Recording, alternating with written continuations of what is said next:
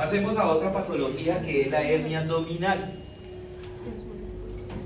La hernia. Pues, ¿qué consiste la hernia? Es la protrusión de una víscera a través de un saco herniario, ¿sí? Ese saco herniario se puede presentar en diferentes partes. De repente, por ejemplo, en Morfo hablábamos de las hernias inguinales, tanto directa como indirecta, que eran las hernias inguinales más frecuentes, ¿sí? Recordemos que nosotros acá en el conducto inguinal tenemos dos orificios. Está el anillo inguinal profundo y está el anillo inguinal superficial, ¿cierto? Cuando la víscera protruye desde el anillo inguinal profundo, pasa por todo el conducto inguinal y sale por el anillo inguinal superficial, estamos hablando de las hernias inguinales indirectas. Y esas hernias inguinales indirectas son más frecuentes en los hombres, porque el anillo, porque la víscera va a caer en el escroto. Ahorita les muestro una imagen, ¿cierto? Ahora, tenemos aquí una zona de debilitamiento fisiológico. ¿Qué quiere decir eso? Que es normal que la tengamos y todos lo vamos a tener, esa zona de debilitamiento. Esa zona de debilitamiento, aquí están los músculos rectos, o sea, los de la chocolatina, aquí.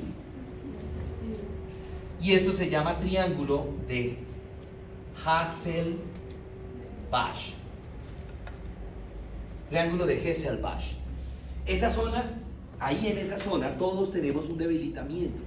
Entonces, por ahí, por esa zona de debilitamiento, puede protruir esa parte de ilion y pasar al anillo inguinal superficial. Y me genera las hernias inguinales directas, que son frecuentes en las mujeres. En los hombres, hernia inguinal indirecta. En la mujer, hernia inguinal directa. ¿Correcto? Bueno. Tenemos algunos ejemplos. La hernia umbilical, ¿cierto? Esta es la hernia inguinal indirecta. Mire que uno creería de repente que este es el testículo. No, este es un pedazo de intestino, este es un pedazo de ilio que está metido. Mire el testículo donde está. Allá, rechazado al fondo del escroto. Estas son las hernias inguinoescrotales, ¿sí? Esa es una hernia inguinal indirecta. ¿Y no tiene la mujer? ¿Cómo? ¿No tiene la directa? No. Tratamiento, bueno, el tratamiento es conservador dependiendo del grado de hernia que tenga el paciente. Los estadios 1 y 2, el tratamiento es convencional, es decir, no es quirúrgico, sino de pronto decirle al paciente que utilice suspensorios, si es un hombre, si es una mujer, de repente que utilice, hoy día viene ya la ropa interior, alguna ropa interior como con faja en la parte de arriba, entonces que utilice ese tipo de ropa interior o que utilice una faja para evitar que la víscera siga protruyendo, porque el problema es que de pronto, por decir un ejemplo, esa persona puede toser, hombre o mujer, toser, estornudar o cualquier cosa que me produzca un aumento de la presión intraabdominal, por ejemplo, hacer ejercicio, pues me va a favorecer que la víscera vaya protruyendo, vaya pasando. En el grado 1 de hernia, aquí está el anillo herniario, aquí está la víscera. Cuando uno le dice al paciente que uno le hace una maniobra de Valsalva, o sea, le dice al paciente puje, se aumenta la presión intraabdominal, la víscera hace esto. Llega y entra un poquito al saco herniario y se devuelve. Grado 1. Grado 2. Entra a todo el saco herniario y sale. Grado 3. Entra y se queda. Ya queda metida dentro del saco herniario. Y grado 4, cuando el anillo herniario comprime la víscera y me genera los estrangulamientos. Grado 3, encarcelamiento. Grado 4, estrangulamiento. Grado 3, operable programada. Grado 4, operada de urgencia. Porque es cuando ya el anillo comprime el pedazo de intestino, ¿sí? Y entonces le deja de llegar oxigenación, sangre, y empieza a tornarse cianótica, isquémica, necrosis, perforación, peritonitis, ¿cierto? Bueno. Y finalmente, las enfermedades vasculares. Dentro de esas enfermedades vasculares, las hemorroides. Bueno, tenemos una que más o menos frecuente, que es la colitis isquémica. En la colitis isquémica se produce cuando existe un proceso obstructivo o inflamatorio a nivel, o ya sea del tronco, o sea, de la arteria principal de la cólica izquierda, o cuando ese proceso obstructivo inflamatorio es una de las ramas, en una de las ramas de la cólica izquierda. ¿Cuáles son las ramas de la cólica izquierda? La sigmoidea, ¿sí? Y la rectal superior. Entonces, cuando se produce en alguna de esas ramas, entonces hablamos de que puede generarse ahí. ¿Qué pasa? Que ese proceso inflamatorio, ese proceso obstructivo, pues le va a ocasionar que deje de llegarle sangre a una parte del intestino grueso. ¿Cuáles son las partes que más frecuentemente se pueden ver afectadas por la colitis isquémica? La porción terminal del intestino grueso, es decir, el sigmoides o el recto, ¿sí? O las dos, el recto sigmoides. Entonces, en esa zona donde ya no le está llegando una buena oxigenación, como es una zona que tiene mucha circulación colateral, quiere decir que esta lesión es focalizada, ¿cierto? Entonces comienza en esa zona donde, por decir un ejemplo, aquí están las 5 ramas, sobre esta dejó de llegarle, pues en esta zona es donde va a ocurrir todo el proceso. Y entonces empieza a generarse un proceso inflamatorio a nivel ya de la víscera, ya no en el vaso persiste, pero ya a nivel de la víscera, un proceso inflamatorio que se traduce en hipoxia en esa zona. Posteriormente viene la isquemia del vaso sanguíneo con necrosis de la víscera, ¿sí? Entonces, esta patología tiende a producirse principalmente en personas adultas mayores. Entonces, por eso es recomendable que se haga la colonoscopía, porque con la colonoscopía se puede identificar si existen lesiones de este tipo, de colitis isquémica, ¿sí? Entonces, aquí podemos observar una lesión, varias lesiones de colitis isquémica. Entonces, aquí, si ustedes la ven, ya está como cianótica, ¿sí? Entonces ya esto toca operarlo antes de que se gangrene, se necrosis y se me perfore y me genere una peritonitis, ¿cierto? Entonces se hace la colectomía en estos pacientes, ¿sí? Y lo mismo que hablaba hace un rato por allá, no me acuerdo en qué tema, en la colectomía, pues dependiendo qué tantas lesiones tenga y qué tan necróticas están, pues a veces la colectomía será pequeña o en otras ocasiones tengo que hacer una recesión grande del colon y es cuando termina también con bolsas de colostomía, termina con colostomía. Otra patología quizás de las más frecuentes son las hemorroides. Recordemos que en las hemorroides, igual que es un proceso de dilatación de las venas rectales, tanto superiores como inferiores, debido a una lesión en las válvulas de esas venas. Igual que hablábamos por acá de las varices, lo mismo, simplemente que aquí se va a generar a nivel de las venas rectales, pero el proceso es el mismo.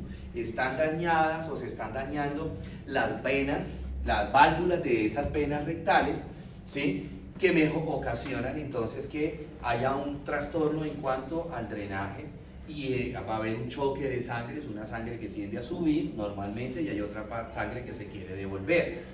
Me genera un choque de sangre, ese choque de sangre me ocasiona una dilatación de la vena, en esa dilatación la vena se torna tortuosa, ¿sí? Se va acumulando la sangre y es cuando se trombosa la hemorroides. Hay dos tipos de hemorroides, las hemorroides internas y las hemorroides externas. En las hemorroides internas, pues la hemorroide se produce en el conducto rectal, en la ampolla rectal, por compromiso de las venas rectales superiores. Y en las hemorroides externas, ¿sí? Aquí tenemos las hemorroides internas, estamos en la ampolla rectal, ¿ves? Aquí se ve tortuosa, ya se ve, está como cianótica, está en peligro de que se trombose y se rompa esa hemorroides y genere sangrado. Aquí el compromiso son las venas rectales superiores. En las hemorroides externas son las que se van a encontrar a nivel perianal y el compromiso es a nivel de las venas rectales inferiores. Dependiendo del grado de hemorroides, pues o el tratamiento es con manejo es que me olvidó, conservador. ¿Sí? ¿Cuál es el tratamiento conservador? Pues administrarles ungüentos que tengan antiinflamatorio y que tengan corticoide y anestésico, porque esto duele mucho. La mayoría de los pacientes con hemorroides sufren de estreñimiento. Entonces, como claro, llevan varios días sin defecar, varios días sin tránsito intestinal, y ese bolo fecal, ya les decía, es un bolo fecal duro, deshidratado. Entonces, ¿qué pasa? Que esos pacientes tienen que pujar mucho, y en ese pujo es que se van lesionando las válvulas de las venas, y va apareciendo poco a poco la hemorroides. Entonces el tratamiento conservador, además de los medicamentos que les decía, es que consuma medicamentos procinéticos, que hablábamos por ahí anteriormente, Dulcolaz, el Ciruelax y toda esa cuestión, y dieta rica en fibra y mucha agua. Ese es el otro problema que tienen los pacientes con estreñimiento, que no toman mucha agua. Entonces, ¿de dónde? Acuérdense que el colon, ¿sí? Saca agua del colon para echarla en esos desechos y que la materia fecal esté hidratada. Pero si yo no tomo agua, ¿de dónde, Gladiolo? Si no hay jardín, va a sacar agua de ese colon para hidratar el bolo fecal. Entonces, por ese bolo fecal es duro, es deshidratado. ¿Sí? Ya en los estadios 3 y 4, el estadio 3 así y el estadio 4 es cuando ya se está trombosando, el tratamiento es quirúrgico. Yo creo que, digo yo, sería la única cirugía en que la cura es más dolorosa que la enfermedad, como dice por ahí la canción, ¿sí? Porque imagínense o ya sea hemorroides externa o interna, una herida ahí, pasando materia fecal que es bien ácida por una herida.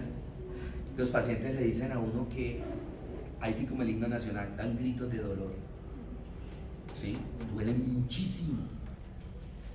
El paciente dice a veces, ¿por qué me operé? ¿Y no hay, digamos, algo contraproducente que se llegue a infectar ese día? No, uno les manda a hacer, por ejemplo, a sus pacientes bañitos de asiento con domeboro, que le ayuda a desinfectar y a desinflamar, ¿sí? Y por lo general no se infecta porque la materia fecal, como va transitando, no se queda la materia fecal ahí, ¿sí?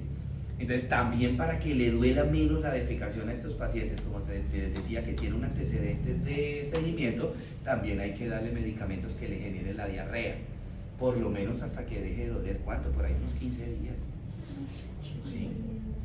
¿Por qué se demora tanto? Ustedes van a decir, bueno, a mí me operaron no sé qué cosa, a mí me operaron de la matriz y a los 8 días ya estaba como un lulo. A mí me operaron de, bueno, no sé qué, una hernia y que a los 8 días ya estaba como un lulo. ¿Por qué? ¿Porque es una parte húmeda? Porque es una mucosa y la mucosa se demora más tiempo para cicatrizar. ¿Sí? Esa es la razón por la que duele tanto. Entonces esos pacientes de verdad cuando llegan a controles, ¿sí? A los 8 días dicen, no, doctor, yo no me hubiera operado, hubiera dado esa vaina ya que siguiera saliendo. Es muy dolorosa, según yo no lo he experimentado, pero los pacientes dicen que lloran en cada defecación y el problema es que uno no puede decirles no hagan popis, no defequen, y al contrario uno les tiene que estimular ¿qué? La diarrea. Pues, hasta 2 o 3 veces al día de pobre parroquiano, ¿sí? 3 por 15. Pero es que uno dice es por 15 días, pero en una sola defecación dice, Dios mío, faltan todavía 14 días y medio. Eso es un parto, no mentira, no. El parto del hombre es el cálculo, no la humanidad. Bueno,